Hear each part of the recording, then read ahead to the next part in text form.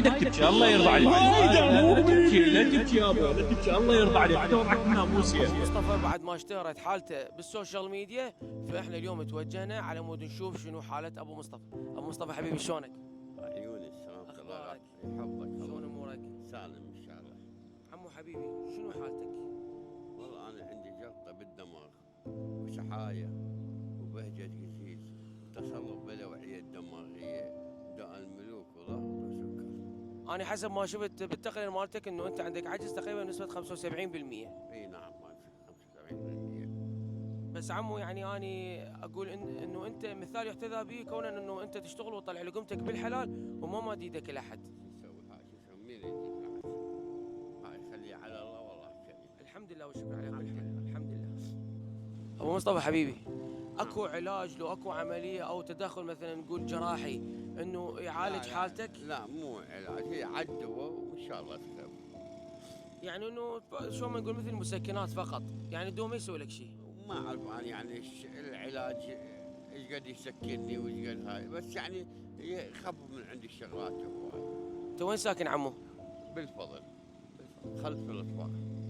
عمو هسه انا راح اوديك يم الست وهي راح تساعدك وتتكفل بكل شيء يخصك، بس قبل ما نروح خلينا نروح نتغدى اول شيء، شو تقول؟ لا اشكرك بالغداء ما اقدر الغداء. الخاطر خلي يصير بيناتنا زاد وملح. ان شاء الله ان شاء يلا الله. نتوكل.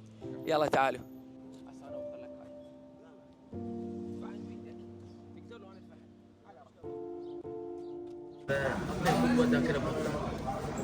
مجرب انا اعدي عليك وين؟ نصعد يم الست على ماكو اتصالات هناك. لا ماكش. مثل ما وعدتك اجيبك يم ست الله. سلام، شلونك؟ شلونك؟ بخير.